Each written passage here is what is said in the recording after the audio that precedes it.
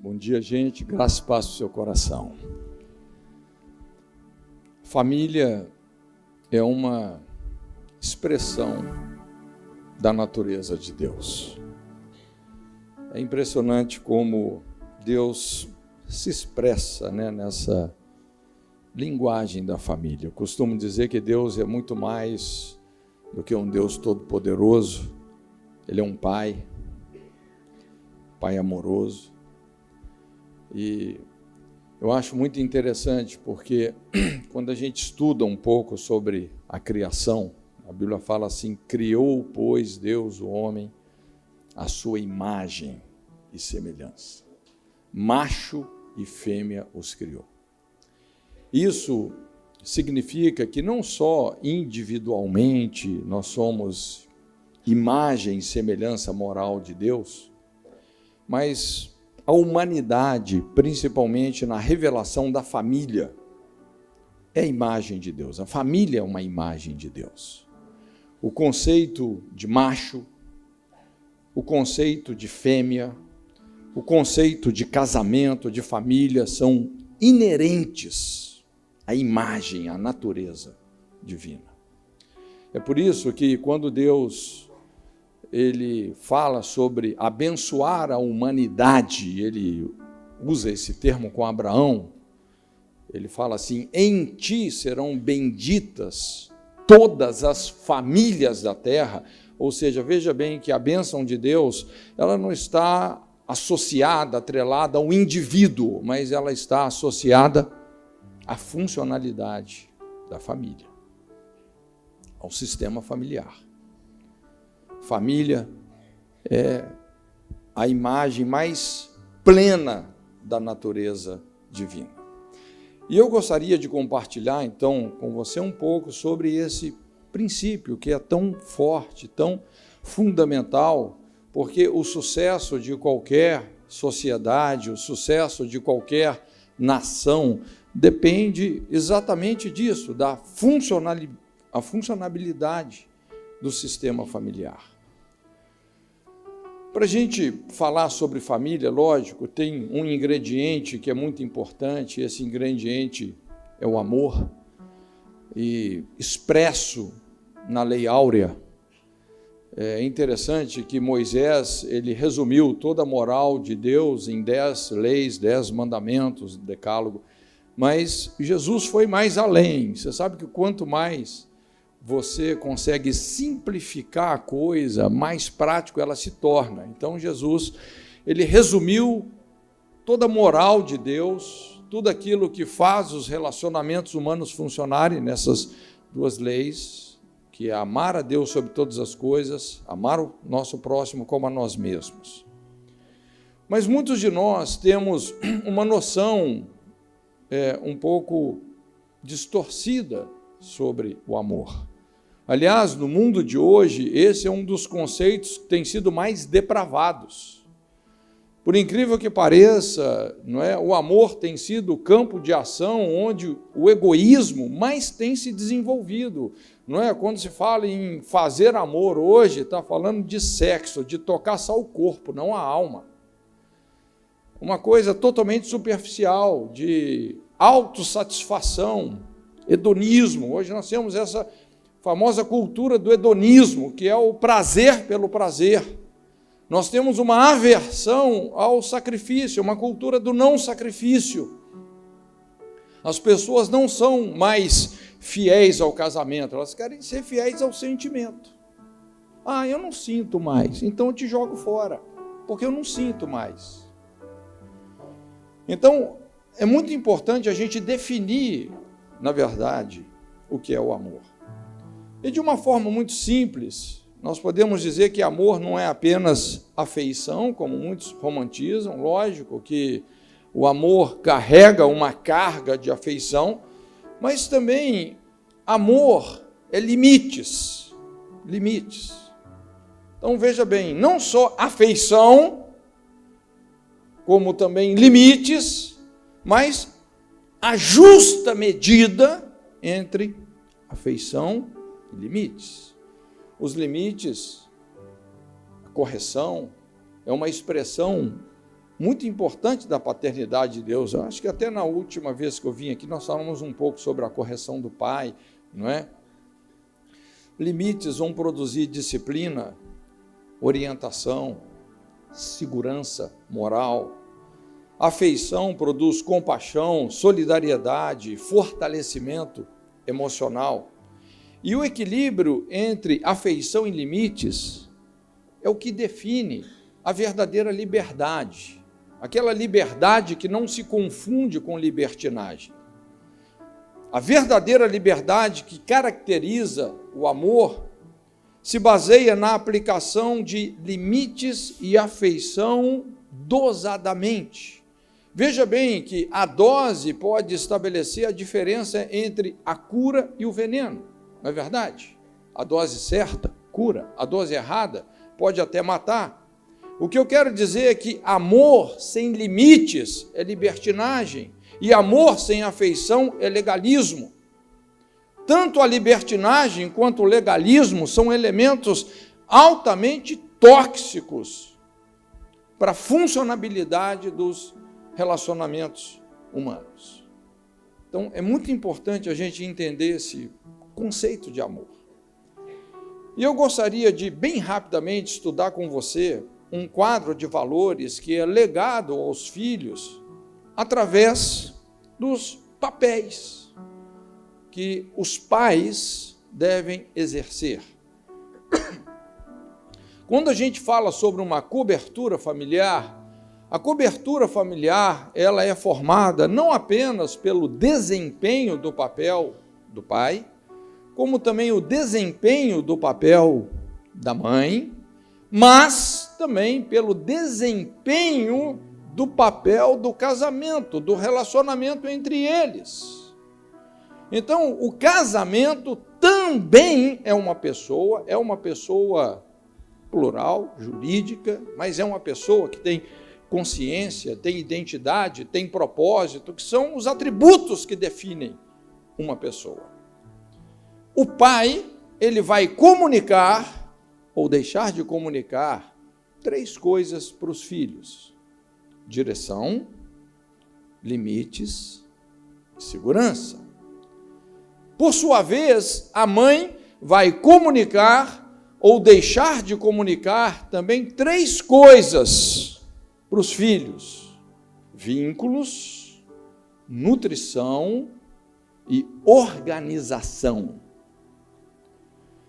E, por sua vez, o casamento vai proteger ou, de repente, desproteger os filhos em 3 áreas: a área da sexualidade, da afetividade e do companheirismo. Aqui entra, inclusive, a palavra amor no grego, no original aqui do Novo Testamento, esse conceito, o conceito do eros, que é o conceito sexual do amor, o conceito do ágape, que é o amor altruístico, sacrificial, moral, né, no nível de mandamento, e também é o filéu, que é o amor de amizade, companheirismo. São 3 aspectos fundamentais do casamento, não é? A sexualidade dos pais, a pureza sexual, não é? O amor altruístico e a parceria, a amizade. Então, desempenham um papel fundamental na formação dos filhos, na proteção dos filhos. Então, começando aqui pelo princípio ou a função do pai, veja bem que o desempenho da função do pai tem muito a ver com produzir na vida dos filhos uma noção de missão e liderança. Liderança. O que é liderar? Não é? Liderar é isso. É alguém que realmente serve de referencial, dando a um grupo de pessoas direção, não é? Trazendo direção, estabelecendo limites e proteção. Isso é liderar, tem a ver com direção, limites e proteção. É exatamente o papel do pai. É interessante quando a gente olha isso numa perspectiva do relacionamento de Deus com o seu povo. A gente vê isso muito claramente na infância da nação de Israel, inclusive quando Deus tira o povo de Israel lá da escravidão do Egito e os conduz pelo deserto, não é? Ali por um lugar onde não havia caminho, e a Bíblia usa essa linguagem dizendo como um pai carrega o seu filho nos seus braços, assim Deus conduziu Israel pelo deserto. Então, a primeira coisa que a gente vê é a direção. Deus se manifestava na forma de uma coluna de nuvem durante o dia e uma coluna de fogo durante a noite. A nuvem andava, o povo andava, a nuvem parava, o povo parava. Então, eles estavam sendo dirigidos, estavam sendo levados para o seu destino. O bom desempenho do papel do pai leva o filho para o seu destino. Ativa esse norte vocacional. Não é? Acende dentro dele uma bússola, um discernimento do propósito, a descoberta do dom, porque, na verdade, não somos nós que escolhemos o nosso dom, é o nosso dom que nos escolhe. Não é? Eu não acredito numa predestinação para a salvação, mas eu acredito numa predestinação para a vocação. E é interessante como, realmente, quando o pai cumpre o seu papel, uma pessoa bem direcionada na vida, como isso realmente vai produzir esse referencial que consolida um senso de norteamento, conduzindo a pessoa a cada vez mais estabelecer os objetivos certos, alcançá-los. É interessante, em contrapartida, pessoas que tiveram um pai ausente, talvez um pai que abandonou a família, ou um pai que se anulou por causa de alcoolismo e tantas outras coisas. Normalmente, essas pessoas se sentem desorientadas em relação às coisas mais importantes da vida. Fazem uma série de tentativas vocacionais frustradas. Para muitas delas, parece que a vida vira um labirinto cheio de becos sem saídas. A vida emocional, muitas vezes, é desestabilizada por uma carência afetiva terrível. Vem essa dinâmica, né? Então, essa carência do pai sendo compensada por um crédito de concupiscência, levando muita gente para a perdição. Então, o que, na verdade, a primeira função do pai é nos dar um norte na vida. Eu acho muito interessante ali como que Jacó, ele profetizou o destino dos filhos. Os pais são aqueles que profetizam o destino dos filhos. Antes de morrer, Jacó chamou todos os filhos, colocou a sua mão na cabeça de cada um, e ali você vê a bênção de Jacó para cada uma das tribos de Israel. E é impressionante como aquela palavra, não é, deu um norte, deu um destino, deu um futuro para os filhos. O seu primeiro papel como pai é nortear, é acender dentro do seu filho, pelo seu bom testemunho, um senso de orientação e destino. A segunda coisa, a segunda função do pai é produzir limites. E limites também é algo assim muito amplo, a gente precisaria de uma aula aqui só para isso. Mas é algo que a gente observa também no relacionamento de Deus com o seu povo. Como Deus foi dando para Israel, revelando para Israel leis, mandamentos, estatutos, explicando para o seu povo as leis que governam o mundo moral e que, quando são obedecidas, você vai experimentar a vida no seu potencial máximo. A grande chave de uma vida bem-sucedida é o discernimento dessas leis que governam o mundo moral. Você sabe que, inclusive, o ministério profético, na verdade, se fundamenta nisso. Não é que um profeta já sabe o futuro, não, ele conhece as regras do jogo, ele conhece as leis que governam o mundo moral. Pelas escolhas que uma pessoa está fazendo aqui agora, a gente pode saber o destino delas. Então Deus estava dando para o seu povo esse discernimento sobre os limites, também corrigindo o seu povo. Quando a gente fala sobre limites, a importância de aprendermos a ouvir o não, não é? Aprendermos também como controlar os nossos desejos, os nossos sentimentos, não é? E isso tem a ver com todas as áreas da vida, não só a área moral, mas também a área sexual. Eu costumo dizer que quem afirma a sexualidade dos filhos é o pai, é quem estabelece os limites. Às vezes a gente pensa assim, que o pai afirma a masculinidade do filho e a mãe a feminilidade da filha. Não. É o pai que afirma tanto a masculinidade do filho quanto a feminilidade da filha. É o pai. Pelo exemplo dele, pela pureza dele. Principalmente, quem é mulher sabe disso. Uma coisa é você receber um elogio de uma outra mulher. Outra coisa é você receber um elogio de um homem que te ama com pureza. Eu lembro, minha filha, quando era criança ainda.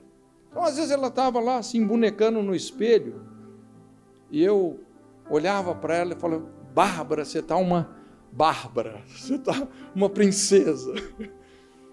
Quando ela ouve um elogio, puxa vida, ela sim, a feminilidade, não é? Aflora. Homossexualidade tem a ver com orfandade paterna, carência paterna, rejeição paterna. É a disfunção da paternidade. Então, quem estabelece limites para os filhos é o pai. E quando eu falo estabelecer limites, gente, não é impondo regras, mas é através de um exemplo que fala alto, de uma vida coerente. Jesus explicou isso muito bem na grande comissão, quando ele nos ordena pregar o evangelho, e ele fala: ensinando as nações a guardarem todas as coisas que eu vos tenho mandado. Veja bem que a grande comissão não é você ensinar os mandamentos de Deus, não é ensinar os mandamentos de Deus, é você ensinar a guardar os mandamentos de Deus. Uma coisa é ensinar mandamento, outra coisa é ensinar a obedecer. Você só ensina obediência obedecendo, com a sua coerência. Jesus, ele falava assim: eu me santifico a mim mesmo, para que vós sejais santificados na verdade. Jesus não tinha um sermão sobre santidade, ele era o sermão, ele era o exemplo. É assim que nós acendemos uma lâmpada no coração dos nossos filhos, que ninguém pode apagar. Por isso que a Bíblia fala: ensina o seu filho no caminho que ele deve andar, quando ele crescer, não se desviará dele. Limites. E a terceira coisa, o terceiro papel do pai é proteção. O senso de segurança e confiança que constrói a autoestima vem pelo perfil do pai. O seu posicionamento, o seu espírito de presença, iniciativa, provisão, vão comunicar segurança e descanso. Por isso que o principal papel do homem não é tanto, vamos dizer assim, a presença dele no lar, mas o que ele significa para o filho. Porque o homem é o caçador, é aquele que sai em busca do sustento, não é a presença dele, mas é o que ele significa. Então, quando ele é um homem responsável que provê o lar, os filhos chegam em casa, eles não estão preocupados se vai ter comida, se não vai ter comida. Não, eles sabem que existe um pai responsável, provedor. Eu já ouvi assim muitas histórias, porque imagina, não é? De repente, o pai que deveria trazer o sustento para casa, mas o cara simplesmente ficou perdido num boteco. Em vez de ele comprar o que a família precisava, o dinheiro foi no bar, com álcool, mulheres, etc. A família começa a passar necessidade. Isso vai produzindo uma angústia, uma ansiedade nos filhos, às vezes filhos ainda pequenos.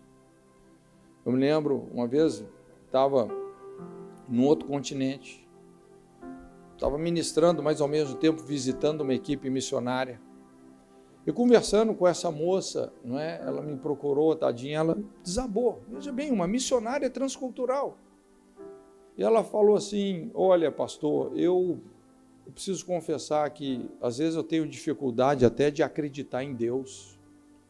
Eu tenho uma sensação muito forte que Deus não existe. Eu falei, uau. Falei, puxa vida. E fui conversando com ela, fui ouvindo a história. E de repente ela começou a me contar como foi a infância. E ela começou a explicar que o pai dela era até um cara assim, bacana, mas quando estava sóbrio. Mas dificilmente ele estava sóbrio. E quando ele bebia, realmente ele se tornava uma pessoa extremamente violenta. Então ela foi me contando alguns episódios que realmente marcaram ela, porque ela falava assim, olha, até hoje eu me lembro o barulho do portão lá de casa abrindo. Ela falava assim, eu sabia quando era meu pai que estava chegando e se ele estava bêbado ou não.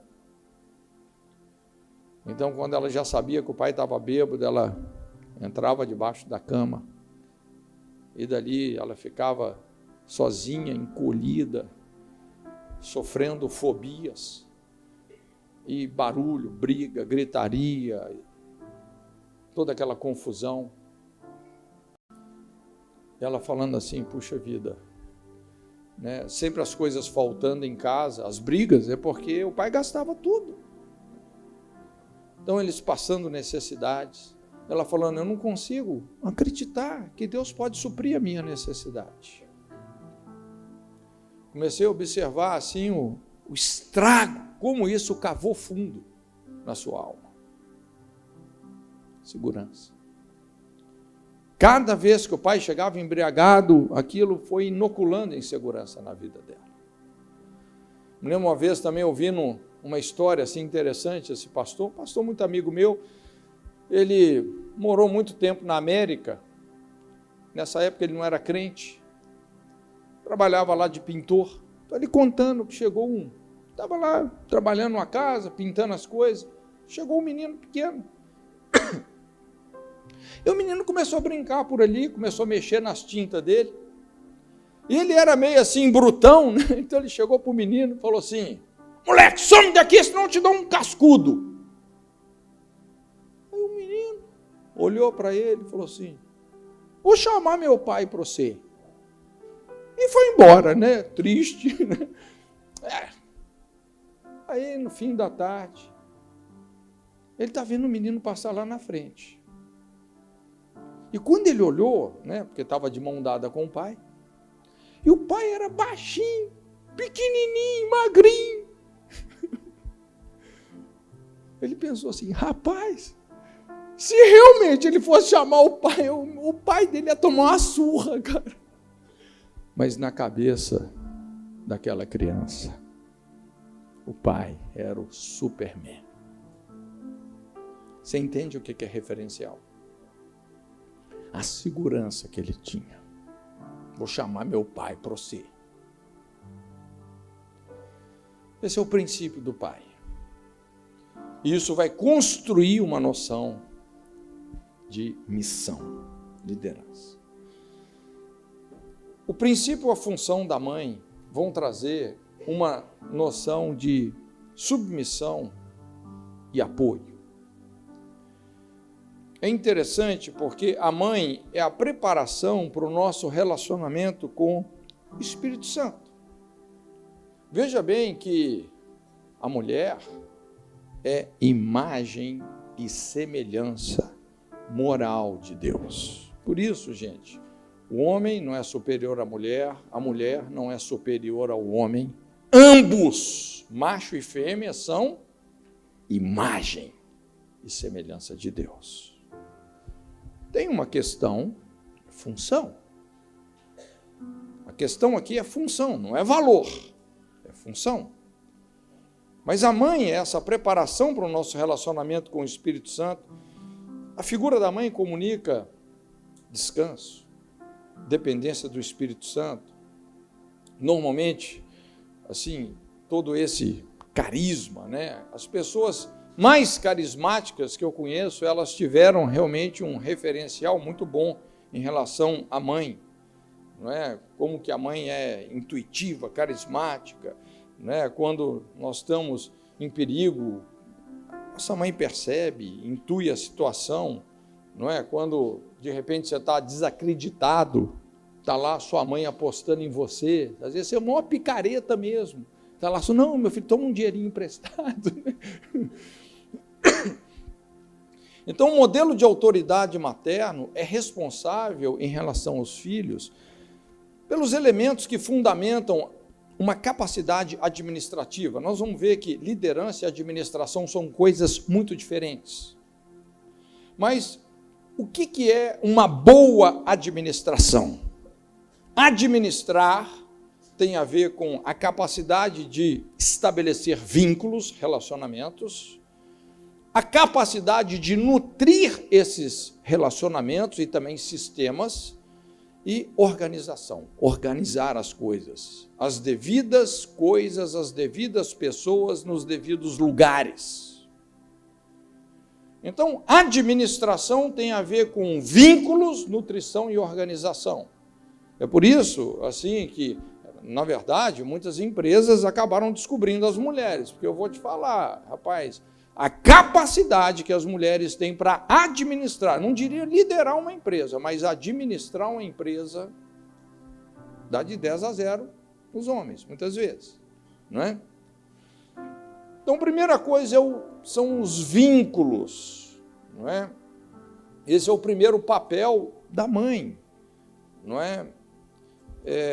Despertar em nós essa capacidade de estabelecer novos relacionamentos, não é? A nossa saúde emocional, o nosso equilíbrio temperamental, não é?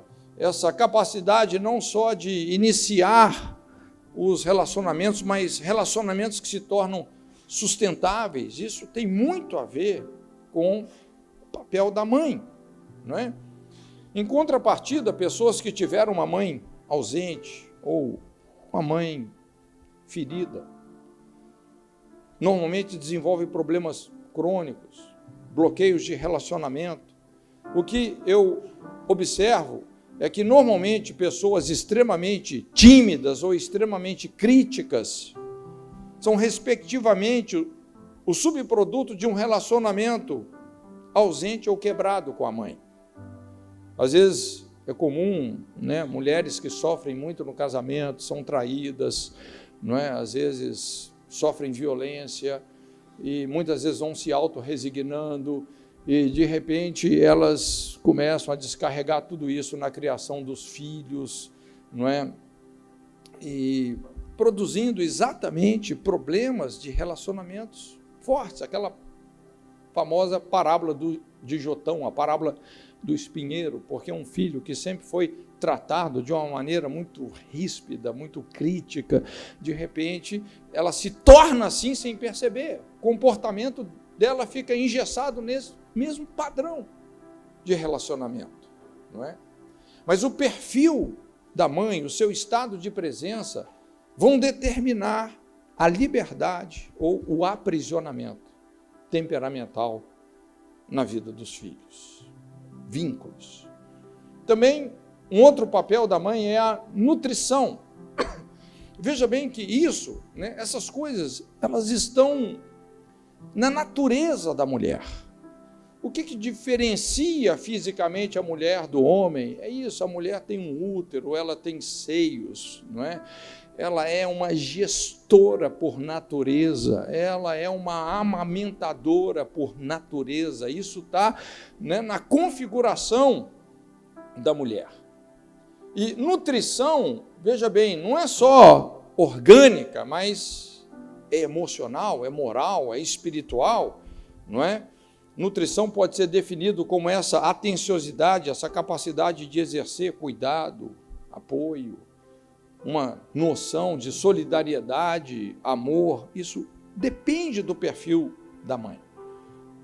A mulher, naturalmente, ela é mais sentimental, mais intuitiva, mais solidária que o homem, não é? E é impressionante como isso acaba moldando os filhos e aumentando o potencial deles em termos não só de sensibilidade emocional, como discernimento espiritual. Estava falando com o pastor Telmo, às vezes, algumas vezes, eu estou fazendo um aconselhamento, estou atendendo alguém junto com a minha esposa. Rapaz, ela percebe umas coisas, ela tem umas intuições, uns discernimentos, umas revelações, que eu falo assim, rapaz, acho que eu sou um retardado, porque eu não ia perceber isso nunca, né?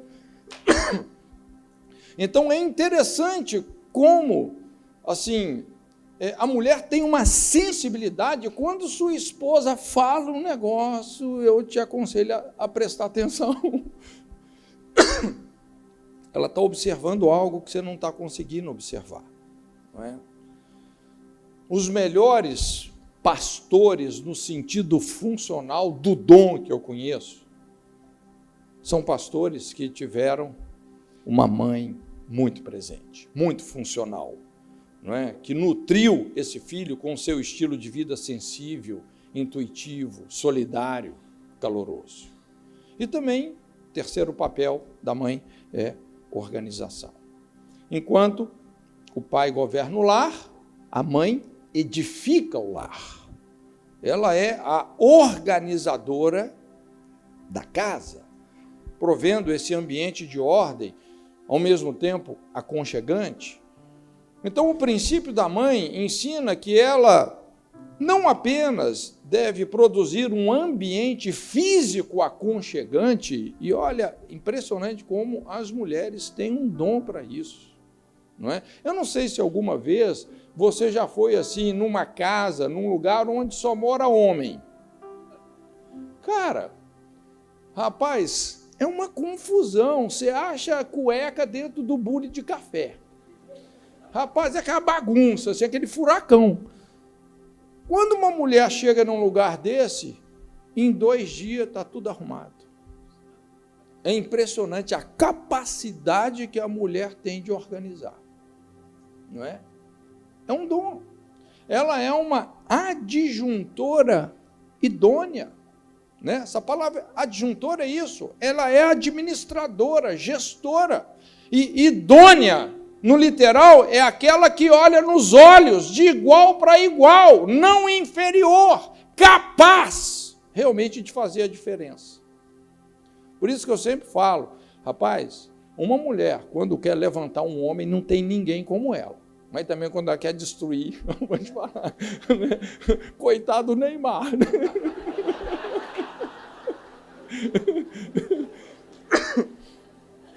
Rapaz, é um negócio terrível, né? Então, o princípio da mãe ensina que ela deve produzir não é só um ambiente físico aconchegante, mas um ambiente emocional que congrega a família. E, honestamente, é aqui que, às vezes, muitas mulheres começam a perder o marido, né? A Bíblia faz sérias advertências sobre isso, não é? Porque a mulher começa a reclamar, murmurar, não é? Eu não sei, você que é mulher, se você já percebeu isso. Quanto mais você reclama, quanto mais você se torna rixosa, não é? Quanto mais se reclama do seu marido, menos ele faz o que você queria. Quantos já perceberam isso? Que essa não é a estratégia certa. Por que que quanto mais você reclama, menos ele faz? Outro dia nós falamos aqui, qual que é o grande ponto fraco do homem? Não se sentir respeitado. Qual que é o grande ponto fraco da mulher? Não se sentir segura. Então, quando a mulher começa assim, se sentir insegura, ela tem uma tentação muito forte de desrespeitar o marido, e quanto mais ela desrespeita, né? Às vezes o marido chega em casa e ela começa a reclamar, não é? E esse cara vai se sentindo desrespeitado a tal ponto que ele começa a evitar o lar. E quando ele começa a evitar o lar, eu lembro uma vez conversando com um empresário, ele falou, Cote, eu podia chegar em casa às 6 horas da tarde, ele é o dono da empresa. Eu fazia questão de chegar às 11 horas da noite, porque eu chegava em casa, rapaz, ia ser complicado. E quando o homem começa a evitar o lar, nós falamos também, isso gera um vácuo emocional, e daqui a pouco alguém vai ocupar esse espaço emocionalmente na vida dele, não é? Então, aquela velha história, né? Entra uma Gesa aí, eu vou te falar, a Gesa sabe fazer o papel da esposa perfeita, mas é uma Gesa, né? E daqui a pouco é mais um casamento que foi destruído. A mulher sábia que edifica fisicamente e emocionalmente o lar, proporcionando um ambiente de conforto, liberdade, polariza a família. O homem não vê a hora de voltar para casa. Os filhos se sentem seguros, valorizam a família acima de qualquer coisa. Então esse é o papel da mulher. Vínculos, nutrição e organização. E para a gente fechar aqui o papel ou a função do casal. É interessante que quando a gente pensa aqui no papel do casal, a gente pode ilustrar isso explicando alguns casais de palavras que eles não subsistem isoladamente. Porque nós falamos, a natureza de Deus é plural, o DNA de Deus é relacionamento. Deus é essencialmente relacional, não é? Então, quando Paulo fala lá, as mulheres se submeter aos maridos, e os maridos amar as mulheres, como também Cristo amou a igreja, veja bem que essas coisas só funcionam juntas. Não existe submissão sem amor, e não existe amor sem submissão. Não é? Então, são coisas que a gente tem que vencer. Um par importante de palavras, como a gente tem falado aqui, é liderança e administração. Nós falamos que, basicamente, a mulher tem uma natureza administrativa. O homem tem uma natureza de liderança. Por exemplo, o homem planta um espermatozoide no útero da mulher. Depois de 9 meses, a mulher devolve para ele um bebê prontinho, como a gente viu aqui. Ela pegou aquela semente e, com a ajuda de Deus, não é? Ela gestou um ser humano. Ela tem uma natureza administrativa. O homem tem uma natureza de liderança. Em qualquer curso que você faz de liderança, você aprende essa administração. Liderança tem muito a ver com o objetivo, você chegar onde você quer chegar, o senso de destino que nós falamos. A teleologia, tem uma ciência que estuda isso, chamada teleologia. De onde você veio, para onde você vai. Todos nós temos essa necessidade intrínseca de ter um senso de destino. Isso é a liderança. Liderar é você visualizar o alvo certo. Administrar é o processo diário de planejamento em função do alvo estabelecido. Na verdade, a administração, ela começa a fazer sentido a partir do momento que você tem uma boa liderança. Que você tem a visão certa. O senso de destino está ajustado. Alguém já disse que, por exemplo, você ter uma excelente administração sem liderança é como ajeitar as cadeiras no convés do Titanic. o navio vai afundar. O que adianta se as cadeiras estão tudo arrumadinho ou não? Se o navio está afundando. Aquela ilustração da escada do sucesso. O cara coloca escada na parede, vai subindo, degrau a degrau, passo 1, passo 2, passo 3, fazendo tudo certinho. Quando ele chega lá em cima, ele fala assim, puxa vida, coloquei a escada na parede errada. Não é aqui que eu queria chegar. Como Miles Monroe fala, a morte não é a maior tragédia é uma vida sem propósito, sem liderança, sem visão. Você ter vivido a vida inteira e não ter tocado o seu destino eterno. Então nós precisamos da liderança, precisamos também da administração, porque se você tem liderança, mas não tem administração, você pode correr o risco de se transformar num mero sonhador. Já viu aquela pessoa, um dia eu vou fazer isso, um dia eu vou fazer aquilo, mas ele não tem um plano que permita que realmente aquilo se concretize na sua realidade. Um outro casal de palavras importante é missão e submissão. Eu sei que submissão também é um conceito muito desgastado, às vezes em alguns círculos evangélicos, quando você fala em submissão, as irmãzinhas até encolhem na cadeira, né? Mas o conceito de submissão, como originalmente está lá em Gênesis, ele tem a ver com cooperação. Ele não tem a ver com uma escala de valor, não é? Mas muita gente usa essa terminologia de forma abusiva. Então, submissão tem a ver com você desempenhar a missão, de cooperar com a missão de alguém. Isso, independentemente se você é homem ou mulher, todos nós vamos ter que aprender a cooperar com a missão de outros. Não é? Isso é submissão. Principalmente para as mulheres, eu sempre falo, né?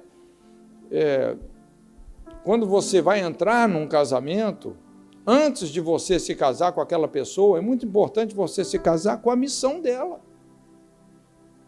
Porque quando você se casa com a missão dela, ou seja, a sua missão vai dar sentido à missão do seu marido, e a missão do seu marido vai dar sentido à sua missão. E isso é sinérgico, é poderoso. Então, se você não pode se casar com a missão daquele cara, tem uma frieza no bom sentido de não, cara, não é esse cara aqui. Não é? Ou você vai casar com um homem lá e ver que esse cara não tem missão nenhuma. Normalmente, quem não está fazendo nada na vida quer alguém para não fazer nada junto, né? Então, é bom assim ser, né? Abrir o olho.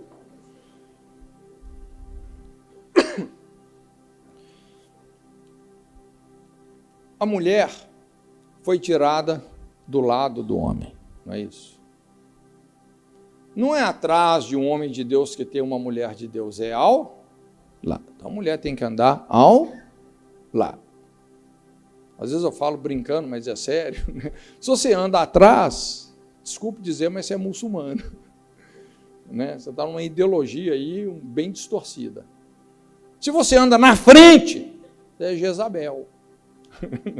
Você está atropelando tudo. Você vai ter que aprender a lidar com as suas inseguranças, não é? Então, ande ao lado. Veja bem, o casamento é fundamental. Por que hoje a gente tem uma nova geração tão desajustada, gente? Porque essa nova geração tem sido literalmente o subproduto da morte do casamento. Hoje é difícil uma pessoa que está vindo realmente assim de um casamento que você fala ajustado, né? Mas a primeira função do casamento é trazer uma proteção sobre a sexualidade. É impressionante como a imoralidade dos pais desprotege a vida sexual dos filhos. Você coloca o seu filho nos altares de espíritos terríveis. Olha, isso que eu estou te falando aqui não é uma teoria que eu estou mirabolando aqui, não. Isso é empírico, é científico, isso é observação, são centenas de aconselhamentos que a gente faz. Inclusive, por que abuso sexual na infância cresceu tanto? Uma das pesquisas informais que eu faço é essa. Uma pessoa, às vezes você está tratando de uma situação, a pessoa sofreu um abuso sexual na infância. Qual que é a pergunta-chave? Como era o casamento dos seus pais? Ah, pastor, olha, estavam separando, um estava traindo para cá, outro estava traindo para lá. É impressionante! Abuso sexual tem causa e está ligado com o casamento dos pais, principalmente. Principalmente. O que protege a vida sexual dos filhos é o casamento. Nós explicamos aqui até outro dia o conceito aí da bastardia, o que legitimiza espiritualmente uma pessoa. Quando fala uma pessoa que tem legitimidade espiritual, não é que não é bastarda, a palavra bastardo é ilegítimo, desprotegido. Quando a Bíblia fala uma pessoa desprotegida, é uma pessoa que foi concebida fora da aliança do casamento. Tudo que é gerado dentro da aliança, gente, está protegido, está abençoado, está guardado. Tudo que é concebido fora da aliança do casamento tem uma desproteção. Precisa de haver uma reconciliação entre pais e filhos. Pais se convertendo aos filhos, filhos se convertendo aos pais. Hoje, a gente vê tantos problemas no campo da sexualidade latejando tão precocemente. Quer dizer, os alarmes estão soando, denunciando a disfunção do sistema familiar. Então, primeira coisa, o primeiro papel do casamento é proteger a vida sexual dos filhos. O segundo papel é afetividade. Proteger a capacidade afetiva. E aqui é o que nós falamos sobre o amor ágape. Esse é o amor substancial de Deus. E Deus não colocou o amor como um sentimento, mas como um mandamento. Você pode até não gostar de uma pessoa, ainda assim amá-la. O que determina a carga sentimental é a nossa escolha de honrar aquela aliança, não é?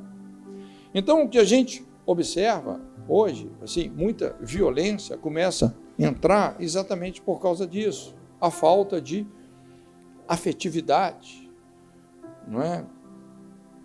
Isso vai destruindo o relacionamento conjugal, e os filhos são os que mais sofrem. Às vezes, no calor de uma contenda, palavras frívolas, irresponsáveis, vão destruindo a confiança, a segurança do casal, não é? Muitas vezes a gente vê crianças que elas começam a praticar cedo a violência. Eles falam, mas puxa vida, o que está acontecendo? Com quem que a criança aprendeu isso? Papai e mamãe, não é?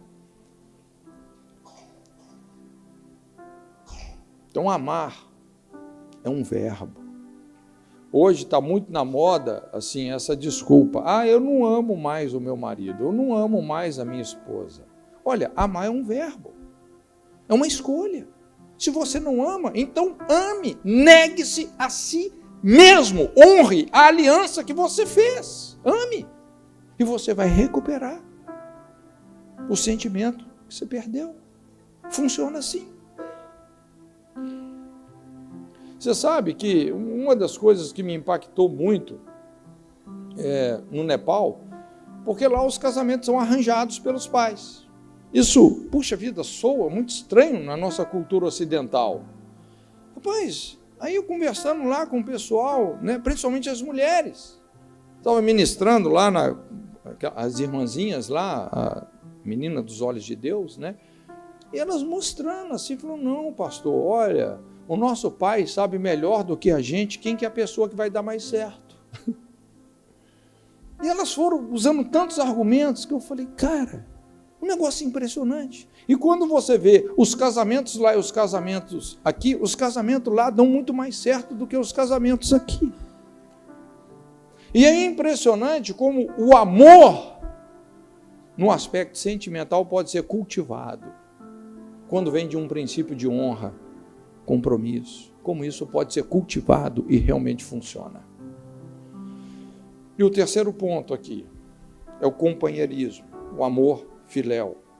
Companheirismo proporciona parceria, capacidade não só de liderar, mas de apoiar, um entrosamento físico, emocional, profissional, ministerial, financeiro, não é? E acima de tudo, o entrosamento espiritual do casal. Isso vai estabelecer um referencial básico que constrói na vida dos filhos a capacidade de estabelecer acordos, trabalhar em equipe. Então, se aquela pessoa precisa de apoiar alguém na sua visão, ela não vai se ver numa crise de identidade, ela aprendeu a apoiar com a mãe. Se ele precisa de assumir a liderança e realmente estabelecer o destino para um grupo de pessoas, ele também não vai se sentir aquém, porque ele aprendeu isso com o pai. Pessoas que vêm desse sistema que reflete a natureza de Deus, pai, mãe, casamento funcional, é impressionante como essas pessoas, gente, fazem a diferença na sociedade. Então, veja bem, são 9 valores. 9 valores. O princípio do pai, o princípio da mãe, o princípio do casal. Quando nós entendemos essa estrutura que Deus estabeleceu, nós começamos a quebrar o espírito da orfandade. Os nossos filhos, como o salmista diz, serão como plantas bem desenvolvidas. Eles vão encontrar o seu destino em Deus.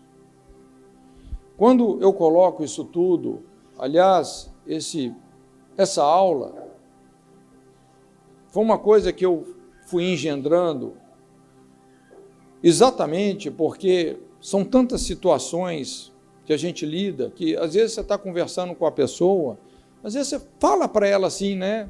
Teoricamente uma verdade, olha, Deus é pai, Deus te ama, mas essa pessoa, ela não teve um pai. Ela carrega um buraco existencial. Ela fala assim, pastor, mas eu não sei o que é isso. Isso não faz sentido para mim, Deus é pai. Eu não tenho um pai. Eu não tenho nem o sobrenome do meu pai na minha certidão de nascimento. Eu não sei quem que é esse cara. Ou a gente atende, às vezes, situações mais traumáticas ainda. Terrível. Tem regiões aqui do Brasil, os índices de incesto são altíssimos. Uma menininha que foi tocada sexualmente por um pai. Olha, é difícil de mencionar o estrago que isso faz na vida dessa menina, porque é um pai. Então, quando você fala que Deus é pai, sendo que a lente que ela teria para enxergar Deus é o pai, o que o pai fez com ela, fica uma situação muito difícil. Para algumas pessoas, quando você fala assim, Deus é pai, isso é um trauma para ela.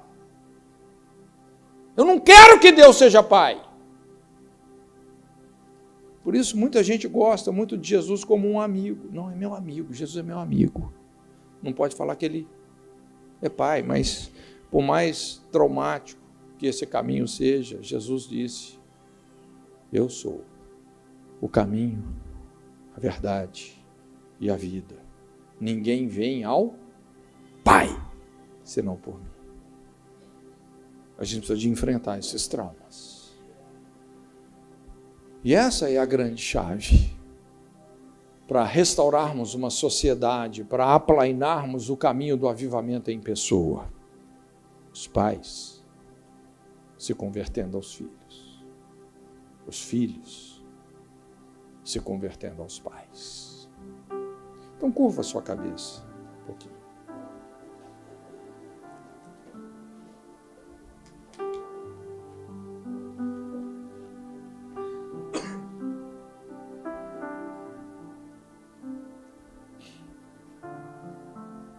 Eu gostaria que a gente pudesse fazer aqui um ato sacerdotal, representativo. A essência do sacerdócio é a representação. O sacerdote é aquele que se compadece eternamente dos ignorantes e errados, oferecendo dons e sacrifícios, sabendo que ele mesmo está rodeado de fraquezas. Eu não conheço a sua história familiar, mas Deus conhece. Eu gostaria que nesse momento você pudesse olhar aqui para mim um pouco, tá?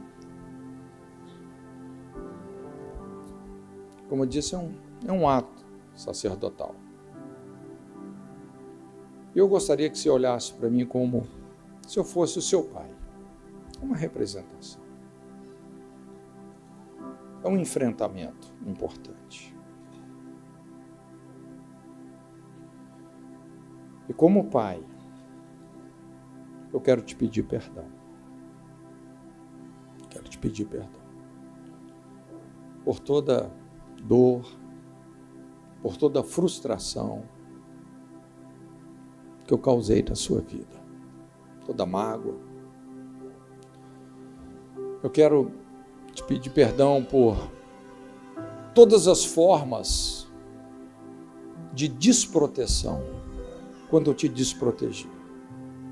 Quero te pedir perdão pelas minhas imoralidades, inclusive por ter tido relação sexual com a sua mãe, sem ser casado com ela. Te peço perdão. Te peço perdão porque, porventura, eu te rejeitei quando soube que sua mãe estava grávida de você. Peço perdão por cada palavra que eu disse contra a sua vida, contra a sua existência. Me perdoa, não tinha esse direito. Eu devia te proteger. Me perdoa por ter te rejeitado, por ter sido um pai ausente, por ter te ignorado. Muitas situações eu quero pedir perdão por ter sido extremamente duro, injusto, por causa do meu egoísmo, querer as coisas apenas do meu jeito, sem me importar com os seus sentimentos, sem demonstrar uma linha, um traço de compaixão, de não conseguir me identificar, me conectar com os seus sentimentos. Eu te peço perdão pelo meu autoritarismo, por não te ouvir, por não te dar razão quando eu estava errado. Também te peço perdão pelas minhas omissões, pelo meu afastamento, também pelo meu autoritarismo, por não admitir os meus erros, não ter tido paciência de te ensinar as coisas, por nunca ter me importado com o seu desempenho na escola, nunca te perguntei sobre as suas notas, nunca quis ver o seu caderno. Quantas vezes você quis chamar a minha atenção com um desenho, mas eu nem me dava o trabalho de virar o rosto para ver, para elogiar. Me perdoa pelo alcoolismo, pela violência com palavras, por ter te envergonhado quando eu estava bêbado, alcoolizado, por desrespeitar, por agredir a sua mãe, agredir você, seus irmãos, destruindo a segurança do lar, os palavrões. Te peço perdão também pelo divórcio, por ter te abandonado, te deixado, quando você mais precisava de mim. Me perdoa. Por trair a sua mãe, sendo também desleal com você. Tudo aquilo que feriu o seu coração. Eu quero te pedir perdão. Em nome de Jesus. Te peço perdão por nunca ter te pedido perdão.